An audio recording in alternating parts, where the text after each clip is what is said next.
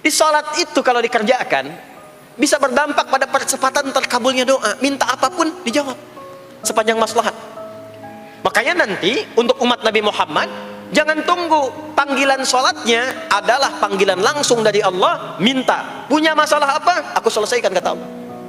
Di sholat itu bukan main-main, bukan beban, bukan sekedar kewajiban, tapi kewajiban yang dipaksa untuk membahagiakan kita. Kalau Allah nggak sayang, nggak akan disuruh sholat.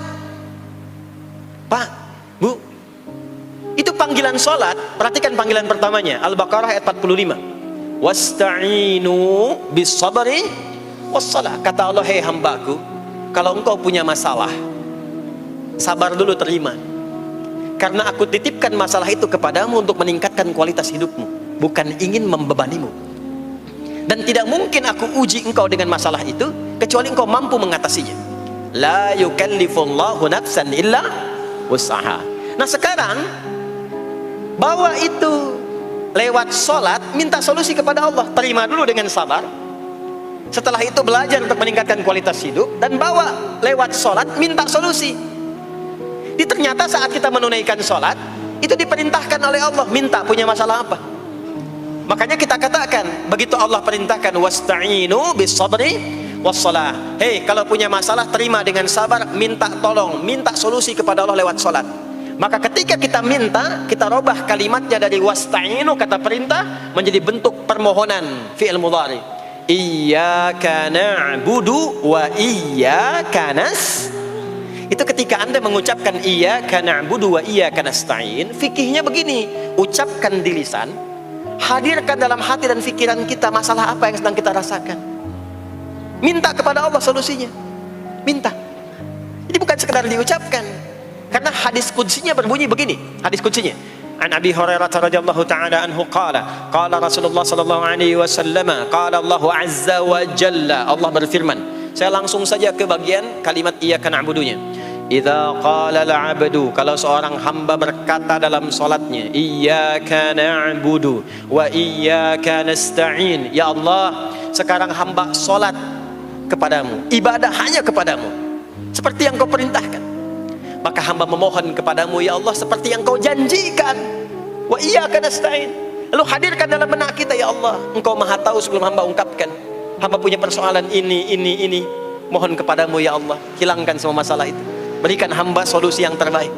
Berikan hamba keberkahan darimu. Itu sekilas hadir dalam jiwa kita. Maka apa yang terjadi? Qala Allah azza wa jalla, dijawab kalimatnya itu, hadza baini wa baina 'abdi wa li 'abdi ma sa'al. Ini perjanjian antara aku dengan hambaku. Kalau hambaku benar sholatnya sampai kalimat ini, apapun yang dia mintakan sekarang, aku akan kabulkan. Sepanjang itu ada maslahat untuk dirinya. Dicontohkan itu oleh Nabi Zakaria. Beliau itu minta saat berdiri, Pak, bukan saat sujud. Dimulai dari berdiri, nanti akumulasinya saat sujud. Itu berdiri aja, kalau benar mintanya dikabulkan. Tidak menunggu selesai sholat. Dan ada fikihnya, nggak sembarangan, ada fikihnya nanti.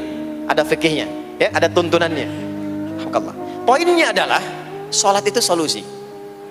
Makanya jangankan Nabi yang tadi saya sebutkan, Nabi Ismail itu saking pentingnya sholat, wasiat beliau yang diviralkan di Al-Quran untuk semua keluarganya, sholat. Ada di Quran surah 19 Maryam ayat 55. Wa kana ya'muru ahlahu bis salah. Kata Allah, dan tercatat Ismail itu pernah berwasiat meminta semua keluarganya, hei, sholat. Jadi kalau kita mau urut sampai ke atas, semua sholat. Muhammad sallallahu alaihi wasallam bin Abdullah bin Abdul Muttalib bin Hashim bin Abdul Manaf bin Qusay bin Murrah bin Kilab bin Ka'ab bin Ghalib bin Figir bin Malik bin Nadar bin Kinana bin Khuzaimah bin Mudrikah bin Ilyas bin Nizar bin Mudar bin Ma'ad bin Adnan bin Addi bin Adri bin Muqawwam bin Nahur bin Tarikh bin Ya'rub bin Yasjub bin Nabit bin Ismail alaihi salam bin Ibrahim alaihi salam bin Azar atau bin Nahur bin Abir bin Kinan bin Arfakhshad bin Sam bin Nuh alaihi salam bin Mikhlail bin Tushalah bin Kinan bin Anwas bin Thith bin Adam alaihi salam. Semua salat. Coba ulangi itu. Semua salat. Para nabi salat, para rasul salat. Anda bukan nabi, bukan rasul, nggak mau sholat dan pengen mudah hidupnya, pengen masuk surga Firdaus lagi, Anda sehat. Nah, jadi ini pentingnya sholat itu bukan cuma kewajiban, tapi diwajibkan, dipaksa dengan wajib itu supaya bahagia, supaya falah. Makanya kalau ada panggilan azan, cara memahaminya ini falah. Oh, ini solusi saya di sini nih. Kebahagiaan saya ada di sini. Kesuksesan saya ada di sini. Ya, makanya ketika dipanggil oleh muadzin, hayya 'alas shalah, labbaik, siap saya. Di sini. Ini poinnya. Nah, saya sambungkan kembali, ya. Ketika seseorang dilatih lewat sholat dan sudah mulai tersambung dengan Allah Subhanahu wa taala, maksudnya ingat Allah, tertatalah semua aktivitasnya. Maka berubahlah lewat sholat ini, lewat latihan ini, semua kegiatannya berubah, didorong menjadi amal soleh. Karena itu, setiap orang yang sholatnya benar, yang pertama dianugerahkan oleh Allah kepada orang sholat itu bukan dunia. Bukan dunia. Tapi perubahan perilakunya menjadi lebih baik. Jadi bukan kaya dulu. Ya. Abdurrahman bin Auf tuh hijrah masuk Islam, dilatih sholat, malah hartanya hilang semua, dirampas. Tapi setelah itu jadi apa? Jadi orang paling kaya. Ya. Abu Bakar As-Siddiq, Utsman bin Affan, Umar bin Khattab, pertama kali masuk Islam kan latihannya sholat. Apakah langsung kaya? Jadi pemimpin? Jadi diplomat? Amr bin As bisa ekspedisi dari Afrika Utara sampai ke Syam? Tidak. Yang diberikan apa? Perubahan perilaku dulu. Dihilangkan sifat-sifat buruknya, dijaga dengan kemuliaan. Jadi dua sumber yang menjadikan manusia itu buruk dalam nafsunya itu ada dua. Di nafsu itu nanti punya dorongan untuk mengarahkan kepada yang buruk, namanya fujur. Lawannya nanti takwa. Lawannya takwa. Di Quran surah Asy-Syams surah 91 ayat 7 sampai 10, wa nafsi wa ma sawaha fa alhamaha fujuraha wa taqwaha. Nah, fujur itu nanti yang membisikkan, mengarahkan kepada hal-hal yang negatif. Itu yang ditunggangi oleh setan. Setan memberikan was-was itu ke nafsu, ke fujurnya. Alladzi yuwaswisu fi sudur innas. Di dalam sudur ada qalbu, di dalam qalbu ada nafas, di dalam nafas ada fujur. Fujur itu yang digoda. Maka keluarlah kemudian dua hal. Yang pertama ada yang disebut dengan fahsya. Fahsya itu dorongan dari syahwat untuk berbuat yang menyimpang. Pornografi, porno aksi, LGBT, kata-kata jorok itu fahsya. Fahsya. Nanti temannya adalah mungkar. Mungkar itu keburukan yang diingkari, ditolak oleh hati, sumbernya nafsu perut dan akal. Mencuri itu mungkar. Merampok itu mungkar. Korupsi, membunuh, menipu itu mungkar. Jadi sumber keburukan itu cuma dua. Kalau bukan fahsya itu mungkar. Orang yang sholatnya benar, maka parameternya itu, ukuran pertama kali dia dapatkan adalah ditutupnya oleh Allah, dijaganya oleh Allah keadaan nafsunya, sehingga dia tidak dikontrol oleh perbuatan fahsya dan mungkarnya. Maka aktiflah sinyal takwanya. Takwa itu lawan nafsu. Makanya nanti kaitan takwa dengan nafsu sama-sama disebutkan. Nafsu 115 kali, takwa yang terkait fungsi nafsu 115 kali. Takwa digembosi, ya, awas, diwaswasi oleh setan, setan disebutkan 88 kali. Takwa disupport oleh malaikat, malaikat di Quran disebutkan 88 kali. Ini bukan ilmu tak-atik, hitung sendiri aja kalau mau. Itu menarik tuh. Karena sama, kalau Anda mendengar suara adzan kan ada bisikan kan? Cepat, sudah adzan, siap-siap. Itu malaikat tuh. Tapi begitu selesai adzan, la ilaha illallah, tenang, baru adzan, belum qomat. Itu setan.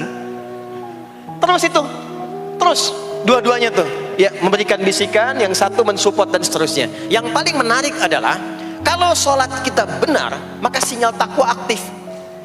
Makanya amalan takwa pertama itu sholat. Setelah beriman, amalan takwa pertama sholat. Al-Baqarah ayat 2 dan 3.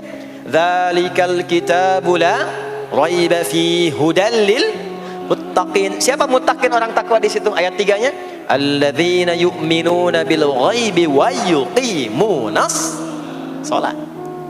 Jadi kalau sholatnya aktif, takwanya aktif, sinyalnya aktif, sinyal itu yang akan menutup fahsya dan mungkar. Maka turunlah Quran surah ke-29 ayat ke-45. Utlu ma uhiya ilaika minal kitabi wa aqimis shalah.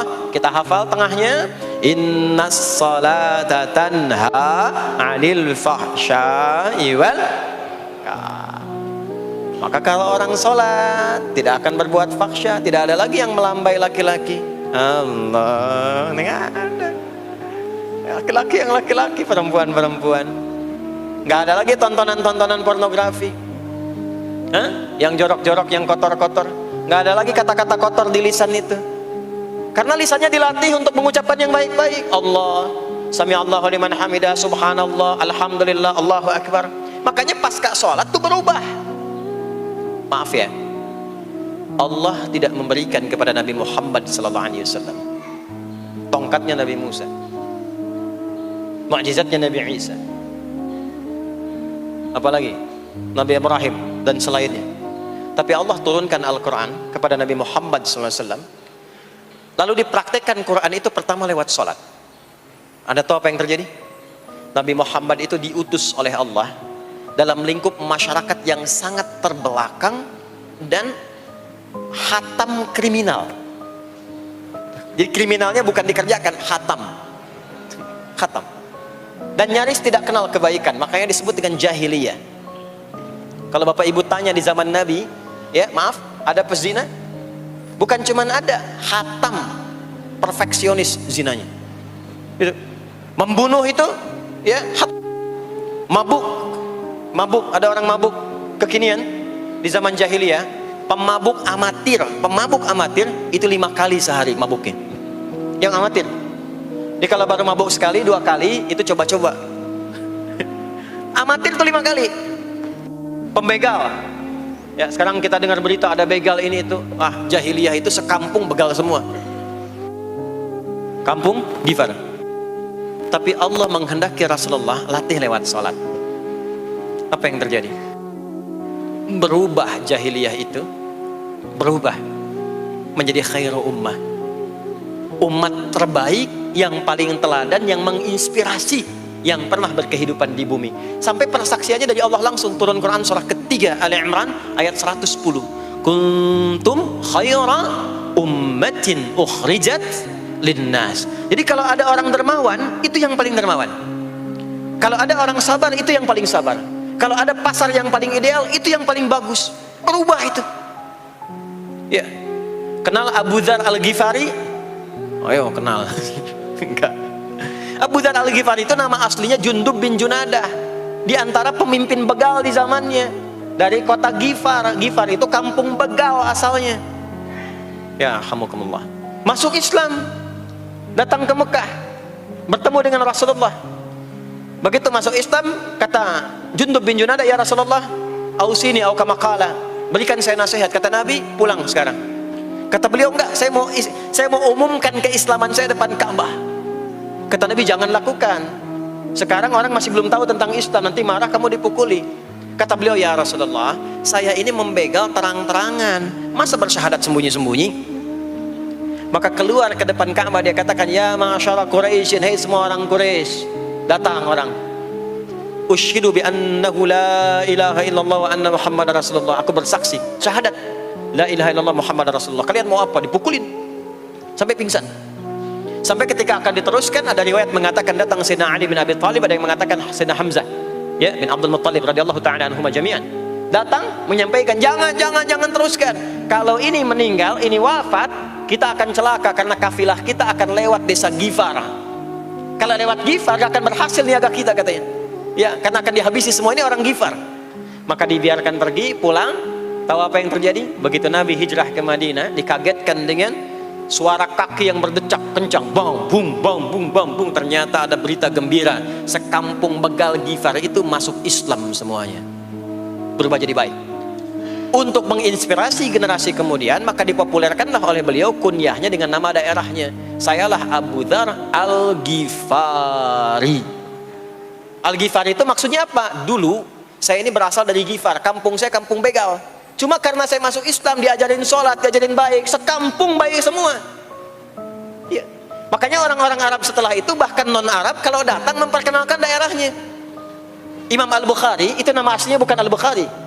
Nama aslinya Muhammad, punya bapak namanya Ismail, punya kakek namanya Ibrahim, kakek buyutnya Al-Bughirah, yang buyutnya Al-Bardizbah, tinggal di kecamatan Ju'fah, Kabupaten Bukhara, Provinsi Khorasan, sekarang negaranya Uzbekistan. Karena berasal dari Bukhara, datanglah beliau kemudian ke Arab, sekarang ke Jazirah, ke Mekah, ke Madinah, memperkenalkan, saya bukan orang Arab, saya dari Bukhara. Rumusnya tambah alif lam di depannya, ujungnya tutup dengan i. Al-Bukhari, saya dari Bukhara. Diperkenalkan, maksudnya apa? Islam sudah masuk ke tempat saya, orang-orangnya sudah baik, orang-orangnya sudah khusyuk. Itu memperkenalkan. Orang tua kita Syekh Yasin dari Padang, maka diperkenalkan Syekh Yasin Al-Padangi. Syekh Ahmad Khatib dari Minangkabau, Syekh Ahmad Khatib Al-Minangkabawi. Syekh Abdul Somad dari Palembang, Syekh Abdul Somad Al-Palembangi. Syekh Nawawi dari Banten, Syekh Nawawi Al-Bantani. Nanti ada Pak Ghafur dari Pondok Indah, ya, Masjid Raya Pondok Indah, datang ke Mekah umrah haji. Ana Ghafur Al-Masjid Raya Al-Pondok Indahi, gitu. Itulah salat. Salat. Jadi salat itu merubah keadaan kita lebih baik. Itulah sebabnya kenapa 5 waktu. Karena Allah inginkan di setiap waktu kita jadi orang baik. Di setiap waktu kita bahagia. Setiap waktu selesai persoalan. Datang masalah subuh, ya, antara subuh ke zuhur kan ada masalah tuh. Gak mungkin ada orang dari subuh ke zuhur gak punya masalah tuh, gak mungkin. Tuh wajahnya udah kelihatan tuh. Ya, makanya kita datang, ya, menghadap kepada Allah, minta diselesaikan, minta diberikan taufik, sujud kita, diberikanlah solusi. Zuhur ke asar ada masalah, datang saat asar. Asar ke maghrib punya masalah, datang. Makanya semua ulama dulu seperti itu. Al-Bukhari itu menuliskan kitab sahihnya itu 16 tahun. Setiap satu hadis akan ditulis, salat dulu. Salat dulu. Begitu tenang, nyaman, baru tuliskan. 16 tahun. Itulah sholat. Nah, dari sekian waktu yang 5 kali itu, ada waktu yang spesial. Waktu spesial inilah yang ingin saya bahas, yang tadi disampaikan dalam pengantar sambutan. Jadi ini inti yang mau saya katakan. Ini barusan muqaddimah tuh, ya. Barusan muqaddimah. Baik. Kan kita sholat berapa kali sehari? Kita hitung. 1, subuh. 2, zuhur. 3, keempat, yang kelima, Isya. Berapa jumlah rakaatnya? 17. Baik, ya. Itu nomor telepon untuk koneksinya. Koneksi kita dengan Allah, nomornya catat, ya, 24434. Ya, kalau ditanya berapa nomor koneksi dengan Allah, 24434. Subuh 2, zuhur 4, asar 4, maghrib 3, Isya 4. 5 waktu kan? Baik. Di 5 waktu ini kita dijaga, diinginkan menjadi hamba yang baik, bahagia, nggak lekat dengan masalah, tuntas semua. Saking sayangnya Allah sama kita. Kalau nggak sayang nggak disuruh sholat. Itulah sebabnya ketika diperintahkan menunaikan waktu sholat, diberikanlah gambaran waktunya. Tapi yang jadi persoalan kita sekarang yang akan dibahas, di antara sekian waktu itu ada waktu-waktu yang spesial. Ada waktu-waktu yang spesial. Dari mulai subuh ke Isya itu ada yang dispesialkan oleh Allah karena ada bonus berlipat di dalamnya. Waktu apakah itu? Mari kita bacakan dulu mulai dengan Quran surah kedua ayat 238. Paling kanan sebelah atas di mushaf standar. A'udzubillahi minasyaitonirrajim. Bismillahirrahmanirrahim. Mohon izin saya agak lambatkan sedikit ritmenya karena ini inti yang mau kita bahas. Tadi muqaddimah makanya saya percepat, ya. Hafizu 'alas salawati was-salatil wusta wa qumu lillahi qanitin. Hafizu. Kalau Bapak Ibu lihat mushaf terjemah, diterjemahkannya dengan jagalah. Jagalah itu ihfadhu, hafidha yahfadh. Tapi kalau ada alif setelah hafidhu, itu berarti fi'il madhinya, past tense-nya, akar kata kerjanya hafadha, yuhafidhu. Alifnya mufa'alah, bermakna saling. Jadi mengartikannya begini, hafidhu 'alas salawati. Hei, hendaklah kalian saling menjaga waktu sholat. Kalau saling itu sendirian atau banyakan? Banyakan. Jadi kalau bapak di rumah ada 5 orang, bapak, ibu, dan 3 orang anak, maka jangan sholat sendirian, Pak. Ingatkan anaknya, ingatkan istrinya. Istri bangun duluan, ingatkan suaminya. Makanya waktu sholat itu Maaf, jangan cuma disandarkan pada azan yang kita dengar di masjid, harus hafal. Bahkan nanti gini, di Quran surah keempat ayat 103 itu, di ujung ayatnya itu ada penanda ciri standar orang beriman. Maaf, kita tanya dulu nih, kita beriman tidak hari ini? Halo, beriman? Hati-hati ya, karena kata Nabi ada yang subuh beriman, sorenya sudah kufur tuh. Ya, yusbihu mu'mina wa yumsi kafira. Hati-hati ya. Yuk, apa ciri orang beriman tuh? Iman itu konfirmasinya bisa didapatkan satu melalui suara azan. Azan itu sama dengan penanda waktu sholat. Tahu dari mana iman itu bisa dicek dengan suara azan? Quran surah ke-8 Al-Anfal di ayat yang kedua. Innamal mu'minuna alladzina idza dzukirallahu wajilat qulubuhum. Sungguh insan beriman itu ciri standarnya bisa dilihat. Kalau disebutkan nama Allah, ada konfirmasi iman dalam hatinya. Jadi iman itu letaknya di kolbu. Nanti konfirmasinya lewat suara adzan, dipanggil, disebutkan nama Allah. Makanya disebutkan nama Allah 5 kali dalam sehari untuk mengecek iman ada nggak dari subuh sampai isya. Ya, Allahu Akbar, Allahu Akbar. Ada getaran di hati kita, sudah adzan. Nah, itulah iman. Itulah iman. Makanya orang yang punya iman dengan yang belum punya iman akan beda getarannya. Ini hanya dimiliki oleh orang yang punya iman saja. Yang belum punya iman nggak bisa, nggak punya itu. Allahu Akbar, Allahu Akbar. Surah apaan nih? Toanya kencang banget, ya. Tapi kalau orang beriman, Allahu Akbar, Allahu Akbar, ya Allah sudah adzan. Itu konfirmasi itu. Nah, nanti semakin tinggi imannya, bahkan ada yang orang sudah menunggu sebelum tiba waktunya. Tadi subuh jam 4:13 di sini. Ada yang nunggu dari jam 3. Padahal belum dipanggil. Ya. Masya Allah. Di Bekasi 4:09. Allahu Akbar, Allahu Akbar. Azan. Ingat dia. Nah, itu ciri beriman. Cuman imannya standar. Jadi bukan iman yang kuat. Standar. Kuat belum, lemah tidak. Allahu Akbar, Allahu Akbar. Jam 4:09, jam 3 sudah bangun. Nunggu itu, iman yang kuat. Masya Allah. Ada yang baru subuh dan nunggu isya. Kuat. Ada yang sudah qomat, sudah la ilaha illallah, belum kepanggil, dipanggil 4:09, dia baru bangun jam 9:04.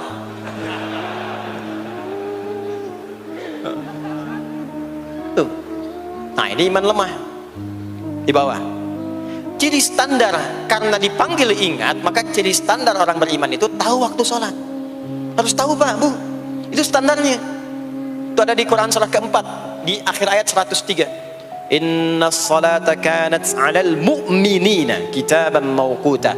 Kalau pakai terjemah balaghah itu bunyinya begini, sungguh orang beriman itu pasti tahu waktu sholat. Nah, jadi kalau ditanya jam berapa zuhur nanti belum bisa kita jawab dengan sempurna, itu artinya apa? Imannya belum naik itu ke level standar, belum menguat. Ya, ini poinnya. Nah, nanti kapan waktu sholat itu tiba? Kalau ada yang belum ingat, jangan dibiarkan tidak ingat. Makanya kata Al-Quran, saling menjaga ya waktu sholat itu. Jangan sampai di keluargamu, ada temanmu, kolegamu, bahkan tetanggamu itu nggak tahu waktu sholat. Bahkan nggak sholat, itu bahaya. Kalau memang sayang sama anak, ingatkan. Sayang istri dengan suami, ingatkan. Tanda istri beriman yang cinta dengan suaminya, tanda pertamanya ketika mengingatkan suaminya pada semua hal yang disukai oleh Allah. Begitu sebaliknya. Maka kata Al-Quran, hafidhu, saling menjaga waktu sholat. Disebutkan di situ alas sholawat, bentuknya begini. Tulisannya alif, lam, wawu, alif, ta maftuha begini. Alas, begini tulisannya. Karena nanti ada yang begini, ada yang begini. As-sholat, ada yang begini. Biar saja, nggak usah. Ada yang begini, ta marbutah. Seperti Al-Baqarah ayat 3, alladzina yu'minuna bil ghaibi wa yuqimunas shalah. Begini tulisannya. Ada yang begini. As-salat pakai alif ta gini. Tapi di Al-Baqarah ayat 238 tulisannya begini. Ala salawati, taknya terbuka. Secara singkat begini, secara singkat. Kalau tulisannya begini, maka yang dimaksud salat fardu. Yang dimaksud salat apa? Salat fardu. Salat fardu itu ada berapa? 5 waktu. Maka kata Allah, hei, saling jaga ya. Waktu sholat yang fardu itu yang 5 waktu. Di antara yang 5 itu ada yang spesial. Wassalatil wusta, waktu yang pertengahan, tengah-tengah di antara 5 waktu itu. Yuk kita tuliskan dulu sebentar. Sholat, ada sholat apa saja? Subuh, kemudian zuhur, kemudian asar, kemudian nggak cukup, ambil ke sini, maghrib, kemudian isya. Subuh, zuhur, asar, pindah sini, maghrib, isya. Lihat rumusnya. Jadi yang sholat pertengahan yang mana? Jangan lihat tulisannya itu ya, karena subuh di tengah-tengah disebutnya subuh ya. Sholat pertengahan yang mana? Asar apa subuh? Subuh apa asar? Apa dalilnya? Kita pakai dalil. Nah, sholat pertengahan itu disebutkan oleh Nabi itu ada 2. Ada subuh dan asar. Qala Rasulullah sallallahu alaihi wasallam yata'aqabuna fikum malaikatul laili wa malaikatul nahari fi salatil asri wa fi salatil fajri. Berebut semua malaikat yang bertugas di siang dan malam, berebut membersamai kita. Kalau berebut itu artinya kalau ada yang berdoa diaminkan, kalau ada yang mohon ampun diistighfarkan oleh malaikat. Jadi malaikatnya minta kepada Allah, ya Allah ampuni si fulan, ya Allah ampuni si fulan, ya Allah si fulan, dan seterusnya sampai selesai. Itu khusus di salat asar dan salat subuh. Sampai kemudian thumma yas'aduna ila sama, kemudian mereka para malaikat itu kembali bertugas masing-masing, lalu Allah mengonfirmasi kepada mereka untuk menunjukkan kebenaran tugas malaikat yang tidak bermaksiat. Allah Maha tahu tentang hambanya, Maha tahu. Tapi Allah ingin menunjukkan kepada kita apa yang benar dari lisan malaikat itu, yang nggak pernah berdusta. Ya, maka Allah bertanya kepada malaikat, bagaimana keadaan hambaku ketika engkau tinggalkan? Maka disampaikan oleh malaikat itu, ya Allah, aku meninggalkan hambamu si fulan, dia sedang menunaikan ibadah, dia sedang sholat kepadamu, dan khusyuk berdoa, dan seterusnya. Maka apa jawabannya? Saksikanlah, ketika malaikat menyampaikan sedang ibadah, maka turun bonus dari Allah untuk mengampuni dosa si hamba itu. Itulah manfaatnya waktu pertengahan. Waktunya disebutkan di hadis ini asar dan subuh. Antara asar dan subuh itu masih ada yang unggul, ada yang istimewa lagi. Apa yang istimewa? Antara asar dan subuh yang istimewa terletak di subuhnya. Jadi dari 5 waktu ini, yang pertengahan asar dan subuh, karena amal di bawah ditunjukkan untuk mendapatkan penilaian langsung dari Allah seketika dan memberikan jawaban dari apa yang kita inginkan, asar dan subuh. Tapi dibandingkan asar dengan subuh, bila keduanya dibandingkan, dua-duanya mulia. Maka subuh punya kemuliaan yang tidak dimiliki oleh asar. Ya, makanya nanti asar bisa bertemu dengan zuhur, masih ada jama, masih ada qasar. Maghrib ketemu isya, masih ada jama, ada qasar. Ya, tapi subuh nggak bisa di jama, nggak bisa di qasar. Ya, makanya subuh letaknya jauh, ke isya jauh, ke zuhur jauh. Ya, saya mau jamaah, ya jama antara isya dengan subuh biar nanti bangunnya sekalian gitu, nggak bisa. Ya, maghrib masih bisa dijama dengan isya, isya di qasar dari 4 jadi 2. Maghrib gak bisa dikosor karena 3 gak mungkin jadi 1,5. Ya, zuhur udah 2, masa mau dikurangin lagi? Subuh udah 2, gak mungkin dikurangi lagi. Maka dari itu subuh menyendiri sendiri. Nah, ada apa kemuliaan di subuh itu? Maka turunlah Quran surah ke-17 ayat 78 yang tadi saya bacakan di awal. Aqimis salata liduluki syamsi ila ghasaqil lail. Sampai sini zuhur sampai isya. Dulu kisyamsi tergelincir matahari itu zuhur. Sampai ghasaqil lail tiba malam itu isya. Lalu ditutup ujungnya wa qur'anal fajr. Khusus untuk subuh itu ditambahkan selain sholat ada bahasa Quran di Quran sendiri. Khusus untuk subuh redaksinya ditambahkan dengan Quran. Apa apa itu Quran? Halo, apa itu Quran? Kalau tidak tahu cepat katakan wallahu a'lam. Apa itu Quran?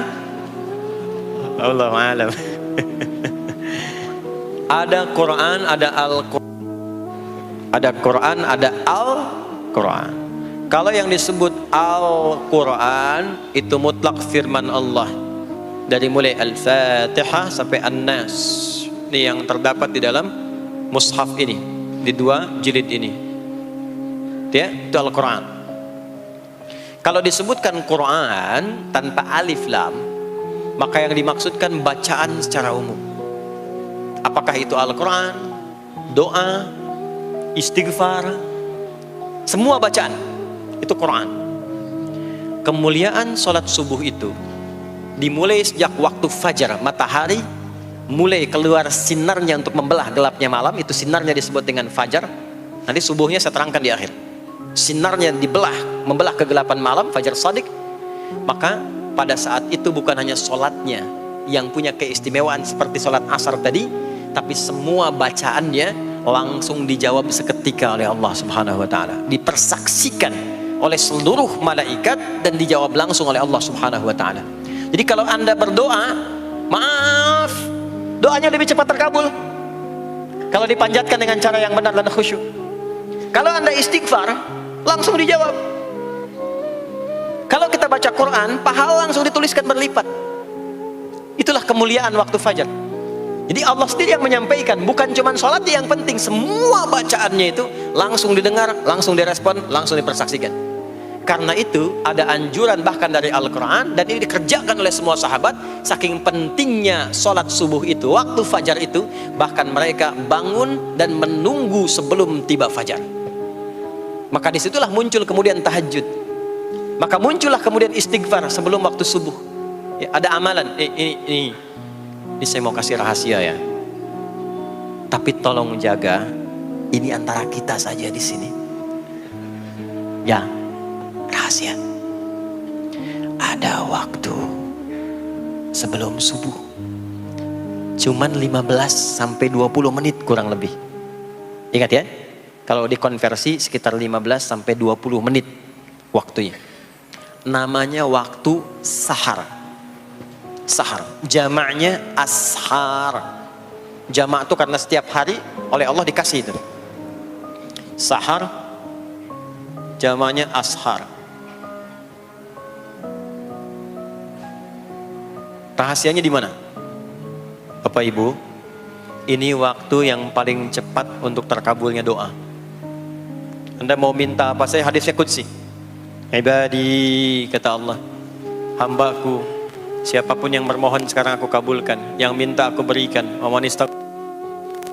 man istaghfara li ghafartu lah. Siapa yang minta ampunan, istighfar, aku ampuni dia sekarang juga.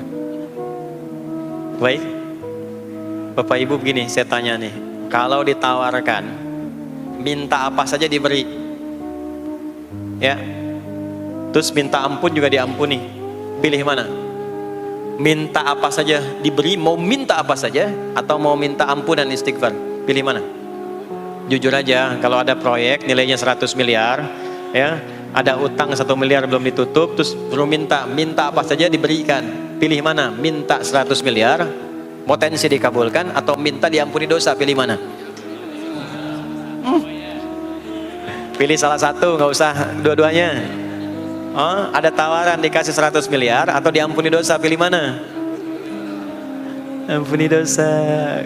Wah, banget ya. Kata ibu kalau bisa dua-duanya gitu. Coba, kalau ada rumus begini, Anda disuruh memilih apakah dunia dan seisinya atau memilih ampunan Allah, maka pilih ampunan Allah. Karena nanti ada rahasia yang kedua. Banyak rahasia ini.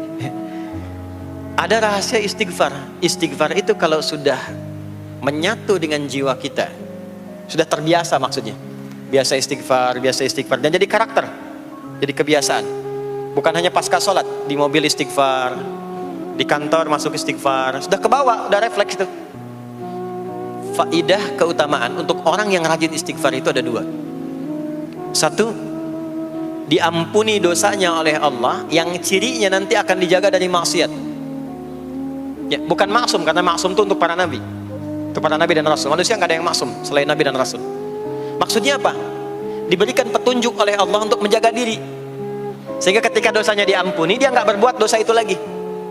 Mata biasa melihat yang tidak baik, tobat, diampuni dosa mata itu, cirinya adalah mata nggak senang lihat yang nggak baik lagi. Itu dosa mata diampuni, ciri tobat diterima. Maka istighfar itu menggugurkan dosa-dosa dan menjaga kita dari perbuatan salah. Yang kedua, orang yang sudah terbiasa beristighfar, itu doa cepat dikabulkan, bahkan sebelum ia memintanya dan memohonkannya. Di sebelum melafazkannya, itu bisa terjadi Allah sudah mengabulkannya. Itulah kemuliaan istighfar. Nah, orang-orang yang istighfar menunggu waktu datangnya fajar, itu mendapatkan kemuliaan langsung dari Allah, sampai dikatakan di Al-Quran, disebutkan sebagai orang-orang yang akan menghuni taman surga yang sekarang sedang beraktivitas di dunia. Itu ada di Quran surah ke-51 ayat 15 sampai 18. Yang istighfarnya di ayat 18. Ya, jaminan surganya ayat 15, 16, 17-nya tentang tahajud. Innal muttaqina fi jannatin wa 'uyun akhidhina ma atahum rabbuhum innahum kanu qabla dhalika muhsinin. 17-nya kanu qalilan minal laili ma yahja'un, bahkan nunggu waktu sahar, nunggu subuh, tahajud dulu.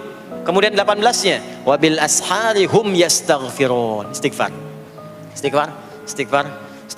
Sampailah tiba dia waktu fajar subuh. Ya. Itu selesai dia istighfar, dapat kesempatan subuh, sholat dulu 2 rakaat. Itu saking tingginya waktu itu, nilainya kata Nabi melebihi dunia dan seisinya. Melebihi dunia dan seisinya. Masya Allah. Makanya muncul kemudian sabda Nabi, raka'atul fajri khairum minad dunya wa ma fiha. 2 rakaat subuh ini daripada dunia dan seisinya. Itu asalnya di sini. Jadi memang subuh itu mesti diperjuangkan. Dan subuh itu generatornya, kalau subuh sudah bisa konsisten, yang lainnya ikut. Subuh itu kalau sudah konsisten, subuh ke masjid jamaah, subuh jamaah, bangun tahajud, istiqamah, istighfar. Itu kalau subuhnya sudah bagus, yang lainnya ikut. Ya. Makanya ada kaum yang sekarang sangat khawatir jumlah orang Islam kalau sholat subuh itu seperti sholat Jumat, sangat takut itu. Ya, ada ini viral kisahnya, viral. Saya nggak ceritakan pun Anda bisa dengar. Ya, jadi ada golongan orang Yahudi yang selalu mengamati jamaah sholat subuh umat Islam, dan dia melihat, ya, ketika mulai ramai, dia mulai katakan, kenapa Anda selalu mengamati itu? Ya, sebab kami lihat kalau jumlah jamaah subuhnya sudah seperti sholat Jumat, itulah kemakmuran, kebangkitan dan kebaikan umat Islam akan tumbuh kembali. Jadi akan berpengaruh kepada yang lainnya. Itulah mudah-mudahan kegiatan perjuangan subuh, ya, ada pejuang subuh baik di Masjid Raya Pondok Indah, di masjid-masjid yang lainnya, memberikan keberkahan kepada kita, dan puncaknya adalah perubahan pada perilaku. Jadi kalau cuman berjuang datang subuh tapi tidak merubah perilaku, ada yang salah dengan itu semua. Ada yang tidak tepat, ada yang belum sempurna. Itu yang bisa kita sampaikan sebagai kajian pembuka kita di kesempatan kali ini. Mudah-mudahan ada manfaat yang bisa kita dapatkan. Kesimpulannya adalah salat adalah inti amalan kita yang bisa merubah alur kehidupan kita dunia dan akhirat. Salat kunci kebahagiaan, salat kunci kesuksesan, salat kunci datangnya rahmat Allah Subhanahu wa taala. 2, Allah meminta kita menunaikan salat 5 kali dalam sehari untuk memudahkan semua urusan kita di setiap waktu dalam sehari itu. Dan yang ketiga, di antara sekian 5 waktu itu ada waktu-waktu yang istimewa, yaitu asar, dan yang paling istimewa adalah subuh ataupun fajar. Mudah-mudahan kita bisa konsisten menunaikan dan menjaga waktu salat itu sampai kita pulang kepada Allah dalam keadaan husnul khatimah. Sementara itu yang disampaikan. Baik, mudah-mudahan ada keberkahan dari apa yang telah disampaikan. Pasti apa yang saya sampaikan pasti ada salah, pasti ada yang kurang tepat, pasti ada yang keliru disampaikan. Mohon diingatkan supaya saya koreksi, tinggalkan yang salahnya, ambil yang benar, yang baik, yang kira-kira bisa diamalkan. Jauhi hal-hal yang bisa menjauhkan kita dari Allah, dan semoga kita semua diwafatkan dalam keadaan husnul khatimah insyaallah.